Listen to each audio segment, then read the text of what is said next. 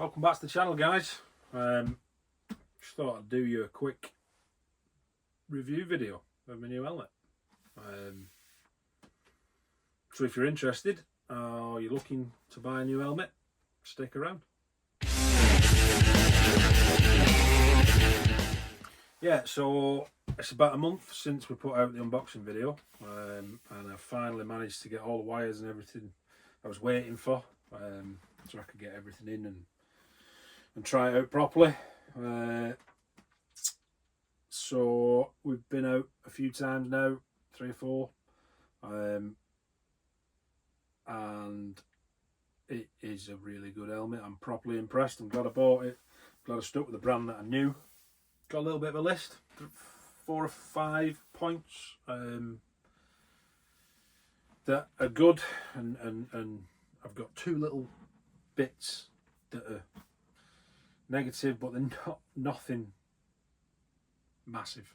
It's just tiny little bits. So we'll jump straight in with them. First negative was the pin lock. So I don't do pin locks. Kim fits ours because I'm terrible, useless. So we stripped the visor off, got it all cleaned up, ready to install the pin lock, ready for the first ride out after I wired everything in. And one of the little pins on the inside of the visor was missing, so the pin lock couldn't go in. It's no one's fault. So we contacted the guys down at D Store in Manchester, where we got them from, and they, customer service is ace. Said, yeah, fine, no bother, bring it in, we'll swap it over with another helmet, another visor, take one off another helmet, put it on ours, no problem. When we did go down, Paul, I think his name is, My Moto, Paint Nation, he's the helmet guy, so he took the visor off and did it all again, cleaned it all up on the second visor that we were trying off another helmet. And as he was installing the pin lock on that, the pin snapped off. So whether it's a manufacturing issue or whether they just, it wasn't, because these are adjustable apparently, whether it just wasn't in the right place, excuse me, don't know. But the third time was a charm, absolutely fine. Kimmy opted for the black. She likes black. She put some nice stickers on it though. Look at these. Look at that. Lovely little stickers. Kimmy fitted her pin lock. Had absolutely no issues. It did everything it should normally do. So that's one of the negatives. The other negative is I'm having trouble. You can see trying to get my microphone stuck in, because I've tried all sorts of tape, Gorilla Tape, duct tape, even the tape that comes with the cardos to the Velcro back stuff, so you can stick your microphones in. Nothing will stick. So whatever it is they've made this little chin piece out of, don't know. So if you've got any ideas, drop them in the comments. I'll give it a try and come back and let you know if it's worked. Them are the 2 bits, and they're very, very small bits. That's it. Everything else positive. So the list, the 4 or 5 points I've got that are good. Number 1, comfort. Putting it on, it's like putting a pillow around your head. It's that comfy, so comfy. It has miles more padding than the original one, and the padding's completely different, and it's wicking and antibacterial stuff, brilliant. But it's just so comfy, and this is an extra large helmet. That one's a double XL. This is comfier than that one. On the 8th of June, we went and joined on with the Dave Myers tribute ride for the Have a Dave Day. We joined at Knutsford and rode up to Barrow-in-Furness, and we spent about 9 or 10 hours on the bike. So 9 or 10 hours wearing the helmet. Never once did it become uncomfy. I was never sore, even though it sits a little bit tighter on my cheeks and my jaw because it's an XL. which I don't mind. Prefer it to be tight just in case I do run out of talent and gravity wins. Never had an issue with it. Not even helmet sore. You know, sometimes when you wear a helmet for so long, you just get a sore head. No, absolutely fine. So much comfort in the originals. Kim's in the same agreement. She's well made up that she got one as well. So yeah, I'm loving the fact that I put it on and it's comfy to wear. So yeah, point 2 on my list. Vents. Tiny little things. I was sceptical. So the first time we went out and I wore it, we had a ride over to the old stores, Biker Cafe in Mould, Wrexham way. And the morning was cool, but sort of like lunchtime it got a little bit warmer. It was a nice day. So I know. Pop them open, see what they do. So click, click, open them both up. Nothing. Couldn't feel a difference. So I was like, well, never mind.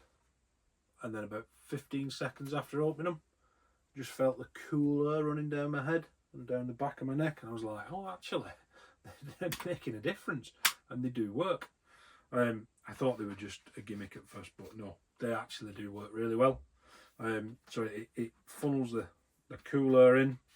These are the inlets, little black bits. Inlets in there. And then under the back of the helmet you got these 2 little cutouts which are the exhausts, so it just funnels the air through the helmet. Simple and effective. Really good. The chin one works perfectly, as did the old one. It's exactly the same as the old one. I think it's just slightly different in its shape, but it does the same stuff. Open and closed, works spot on. It joins in with the comfort. If you're overheating and you're really hot and sweaty, you're not comfortable. So they both work hand in hand. Number 3 on my list is the visor. It's a massive improvement over the old one. So they look identical, but they're not. The visor on the Airoh Commander 2 won't fit on the Airoh Commander. And it's simply because of this mechanism in here. It has a dual axis system. Not really you can see. I tried doing this on the unboxing video.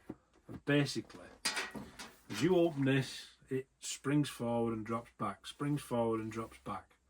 And it allows it to miss the seal at the top of the helmet. But in doing that, they've created this,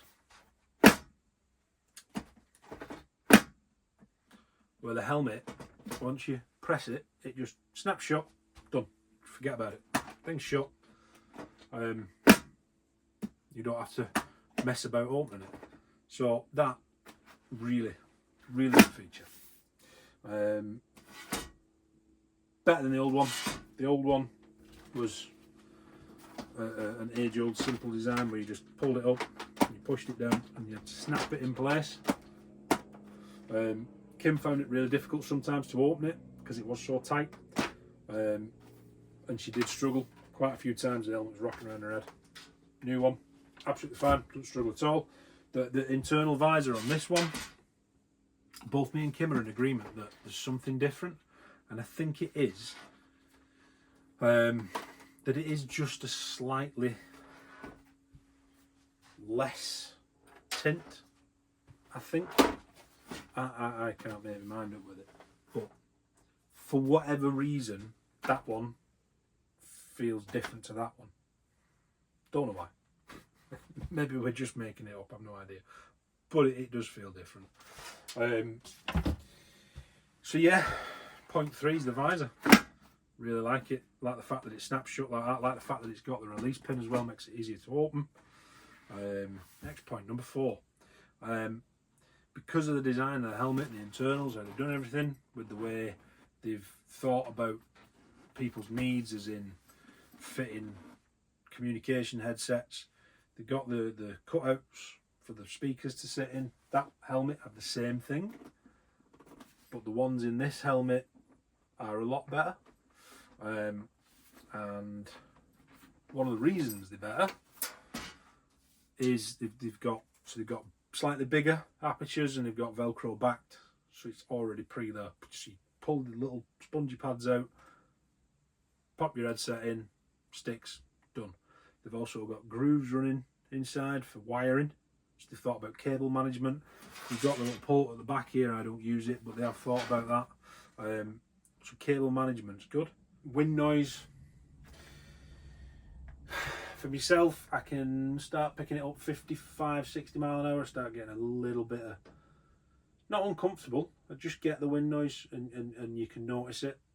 70 mile an hour, I still hear people on the car, absolutely fine. But I ride a KTM 690. Fair enough, it's got a, you know, the rally kit on it, so it's got a screen, but it's not a very good screen, and it doesn't stop a lot of buffering and wind noise for me. The bike's, you know, maybe like a GS with a bigger screen, it's going to cut all that out and you'll not get any wind noise. I've no issues. And on the back of that, the padding, because there is so much space and it feels like you've got this big thing on your head, with the amount of room you have, you can actually hear more. So owning a KTM 690 is not the best thing when you can hear more, because you hear all the things that you've never heard before. And on Saturday, when we were out on our way up to Barrow, I could hear the chain squeaking away on my bike because it needed some oil, and I've never heard that before. So yeah, that's it. The 4 good points and 2 bad points. The bad points really aren't that bad. I'm sure I'll find something to stick the microphones in with. And the visor was sorted. The guys at D-Store never even quibbled. Brilliant customer service. Really happy. So yeah, if you made it this far, thanks for watching. If you've got any questions, drop them in the comments. I'll come back to you and I'll answer them as fast as I can.